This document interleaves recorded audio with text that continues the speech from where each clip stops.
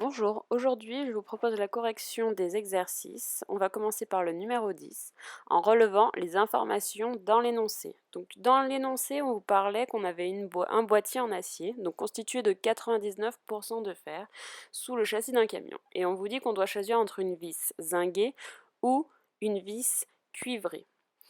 Petit a, on vous demandait d'écrire les couples redox. Donc on avait ici du fer, du zinc ou du cuivre. Donc pour le fer, le couple c'est Fe2+ et Fe. Pour le zinc, Zn2+, Zn. Et pour le cuivre, Cu2+, Cu. Ce sont des couples qu'on a déjà vus auparavant. Je vous rappelle, il faut toujours écrire les couples. C'est d'abord oxydant / le réducteur, à savoir. Ensuite, petit b, on vous demandait d'écrire les demi-équations électroniques de ces trois couples, que je vais noter 1, 2 et 3.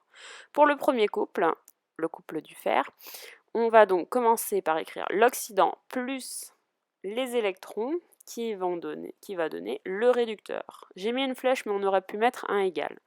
Donc là, comme on a 2+, il faut mettre 2- pour équilibrer les charges. Donc, on met un 2 devant le nombre des électrons. Idem pour le zinc. Et toujours la même chose pour le cuivre. Comme à chaque fois ici, on a toujours le même nombre de charges positives, ça va toujours être le même nombre de charges négatives, donc d'électrons.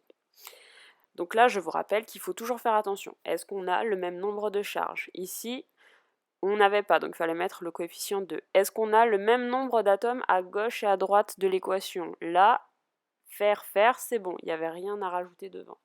Petit c, on vous demandait d'écrire l'équation bilan pour les couples fer et cuivre. Donc 1, j'écris les deux demi-équations.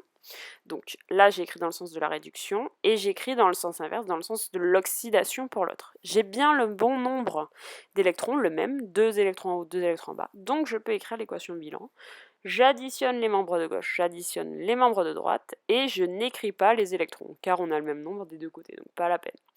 Petit d, on vous disait de faire pareil pour le fer et le zinc. Donc pareil, j'écris mes deux demi-équations, une dans le sens de la réduction, une dans le sens de l'oxydation. J'ai bien le même nombre d'électrons, 2, donc je peux écrire directement l'équation bilan sans avoir à multiplier par des coefficients, etc. Ok, donc très simple ici. Ensuite, pour le petit e, on vous demandait quelle vis, du coup, est-ce qu'on doit utiliser? Est-ce qu'on doit utiliser la vis zinquée ou la vis de cuivre? Donc on va regarder la classification des couples. Donc on a le cuivre qui est plus en haut, le fer au milieu et le zinc en bas. Donc je vous rappelle que pour les réactions, on part du fer. Donc là, avec le zinc, ça se passe comme ceci. Et avec le cuivre, comme cela. Pour le cuivre, c'est impossible. Je vous rappelle que normalement, la réaction d'oxydoréduction ne se passe que dans le sens vers, c'est oxydant le plus fort, vers le réducteur le plus fort. Donc, en rose, impossible. En noir, ça fonctionne, c'est la règle du gamma. Donc, on va préférer choisir l'électrode, enfin la vis en cuivre, pour pas justement qu'il y ait de réaction entre les deux et qu'on perde de la matière. Maintenant, exercice numéro 12. Donc, dans l'énoncé, on vous dit que là, on a aussi une réaction d'oxydoréduction, qu'on a notre outil qui est en cuivre, qui lui est relié à la borne négative de notre circuit, et on a notre pièce qui est en fer, qui, elle, est reliée à la borne positive. Donc, petit a, on vous demandait très simplement d'écrire la demi-équation d'oxydation du fer.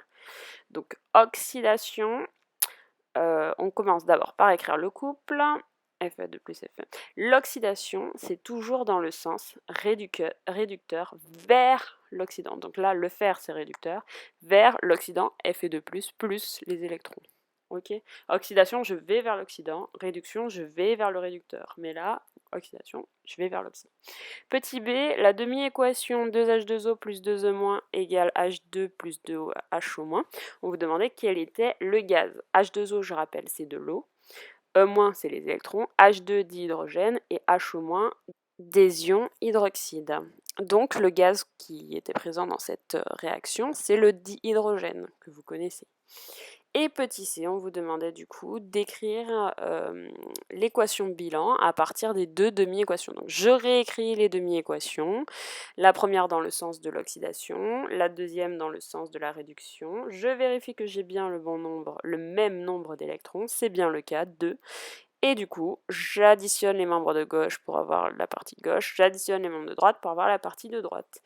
Et puis c'est fini. Donc on a le fer plus 2 molécules d'eau qui donne Fe2+, plus H2, plus 2H-. Voilà, n'hésitez pas à m'écrire s'il y a encore des choses qui ne vont pas pour vous. Je vous répondrai dès que possible.